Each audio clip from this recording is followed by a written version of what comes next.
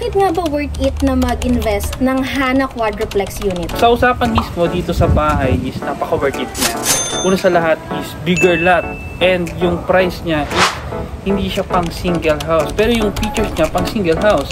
And pagdating naman sa land value, and syempre dito ka nakalocate sa Cavite, and yung Cavite is one of the fastest development ng province. So marami na rin pumasok na iba't ibang developers like Ayala and Federal Land, tapos yung Mega World nandito na rin. So pag nagitawan yung mga properties nila, and magiging future BGC, and sobrang daming developments dito sa Cavite. And dito sa Hana Quadruplex unit, balik tayo dito, maraming amenities, and plus yung location nito is nasa heart ng Arnaldo Highway. So yung mismong address niya is Purok 2, Barangay Santiago, Arnaldo Highway.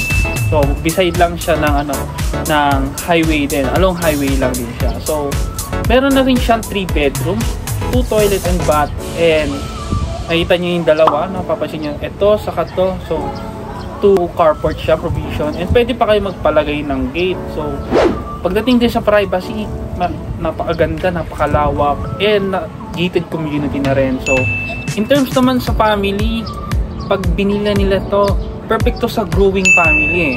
Kasi ayun nga, highlight dito kay Hana is expandable siya. So pwede kayong mag-grow, depende sa needs ng family. So if grow na yung family, need yun ng extra space and extra room, may space kayo for the lot na magdagdag pa. So 80 square meter, and yung floor area lang naman ito is 54. So malaki pa. So malaki pa yung inyong ma-expand dito sa house na ito.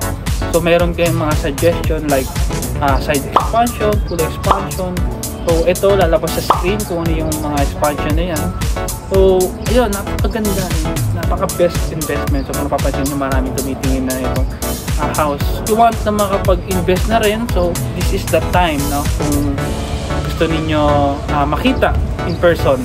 So yeah, that's it. So this is Neo, your real estate agent here in Green Circle Realty. So kita-kits tayo sa next video.